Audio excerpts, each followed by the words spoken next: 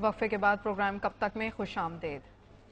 जैसा कि नाजरीन हम रहे थे अक़वाम मुत्तहिदा की उस रिपोर्ट के बारे में जिसमें कहा जा रहा है कि पाकिस्तान में ग़िज़ाई किल्लत बढ़ती जा रही है और एक आम आदमी की रीच से आम ग़िज़ाई चीज़ें दूर होती चली जा रही हैं। इसी सिलसिले में हमारे साथ मौजूद हैं जनाब कैसर बंगाली साहब जो कि माहिर माशियात हैं। कैसर साहब, यहाँ ये बताइए कि अक़वाम मुत्तहिदा की जो ये रिपोर्ट आई है जिसमें मजमूई तौर पर पाकिस्तान को एक तरफ गरीब ममालिक की लिस्ट में शामिल किया गया और एक ऐसा मुल्क कहा गया है जहाँ आवाम की एक बहुत बड़ी अक्सरियत को अपनी इज्जत और जान के साथ साथ ग़िज़ाई ज़रूरियात के हुसूल के लिए भी महंगी तरीन खुराक खरीदना पड़ती है।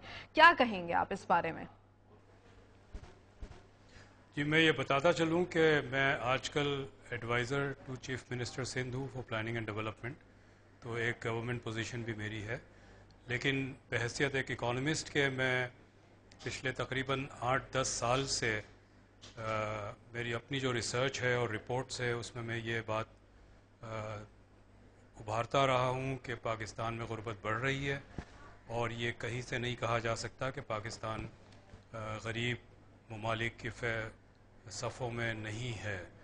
ये पहले भी था और ये कोई नई बात नहीं है जो यूएन की रिपोर्ट ने हमें बताई है।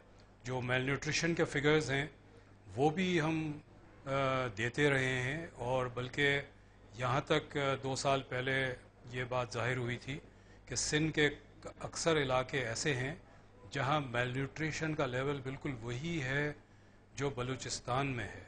इस वक्त तो 21 से 23% हो चुका है सर, और अफ्रीका में तो 15% है। ये तो बहुत ज़्यादा हो गया है। जी, सैलाब ने थोड़ा मज़ीद ख़राब किया है, लेकिन ये सैलाब की वजह से मेल न्यूट्रिशन नहीं है।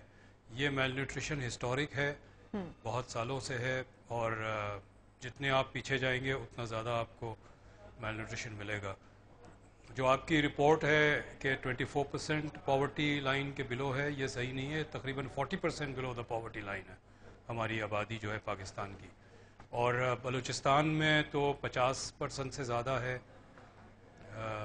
सिंध के कुछ इलाके हैं, कराची, हैदराबाद, सक्खर अगर आप निकाल लें, या जो लेफ्ट बैंक के तो नवाबशाह वगैरह निकाल लें आप, तो यहाँ भी काफ़ी ज़्यादा गुर्बत है। तो इसका मतलब है कि आइंदा चंद बरसों में ओवरऑल पाकिस्तान में क्या शरह हो जाएगी गुर्बत की? अगर कोई इक़दामात नहीं किए गए, कोई डेवलपमेंट नहीं हुई, कोई ना हमवारी कम ना हुई और वेलफेयर की स्कीम्स ना हुई, तो ज़ाहिर बढ़ता जाएगा। अभी भी अगर आप हिसाब लगाएं $2 अ डे के हिसाब से, तो 2/3 आबादी गुर्बत के लकीर के नीचे है। तो ये आदाद शुमार हमारे अच्छे नहीं हैं। तो हुकूमत, आपको क्या लगता है, आपकी तो गहरी नजर है, जैसे कि आप कह रहे हैं कि आपकी पर्सनल रिसर्च भी है इसके ऊपर, हुकूमत ऐसे क्या इक़दामात कर रही है कि इसको काउंटर किया जा सके, कुछ बेहतरी लाई जा सके? देखिए, 2005 और 2007 या 2008 की शुरू तक जो कंबाइंड इन्फ्लेशन फिगर था वो कुछ 90% था, यानी कुव्वत ख़रीद जो है वो आधी हो गई थी। तो आते ही हुकूमत ने एक प्रोग्राम शुरू किया जिसको बेनज़ीर इनकम सपोर्ट प्रोग्राम का नाम है, और पहले ही साल में कुछ 24 लाख फैमिलीज़ को 1000 रुपया माहाना से सपोर्ट प्रोवाइड की, जो अब इसको डबल कर दिया गया है नंबर ऑफ़ फैमिलीज़। तो ये गरीब फैमिलीज़ जिसकी आमदनी 5-6 हज़ार थी, उनके लिए 20% इजाफा हुआ आमदनी का, और ये उस वक्त काफ़ी हेल्पफुल था। लेकिन ये मैं बेनज़ीर इनकम सपोर्ट प्रोग्राम का पहला हेड था, मैंने डिज़ाइन किया उसको, और जब हम प्रेसिडेंट को और प्राइम मिनिस्टर को और फाइनेंस मिनिस्टर को मैं प्रेजेंटेशंस करता था, तो उस वक्त मैं ये कहता था, और उनकी ये बात वो अग्री भी करते थे, कि गुर्बत ख़त्म करने का तरीका ये नहीं है कि हम 1000 रुपया बांटें। इस गुर्बत ख़त्म करने का तरीका ये है कि रोज़गार हो लोगों के पास और वो उनकी आमदनी हो रोजगार के जरिए। लेकिन सर तो उसके लिए तो ये भी रिपोर्ट सामने आई है बेनज़ीर इनकम सपोर्ट प्रोग्राम के बारे में कि क्या वो टारगेट अचीव उन्होंने कर लिया है, क्या वो उस ग्रुप तक पहुंच सके हैं जिसको वो टारगेट कर रहे थे?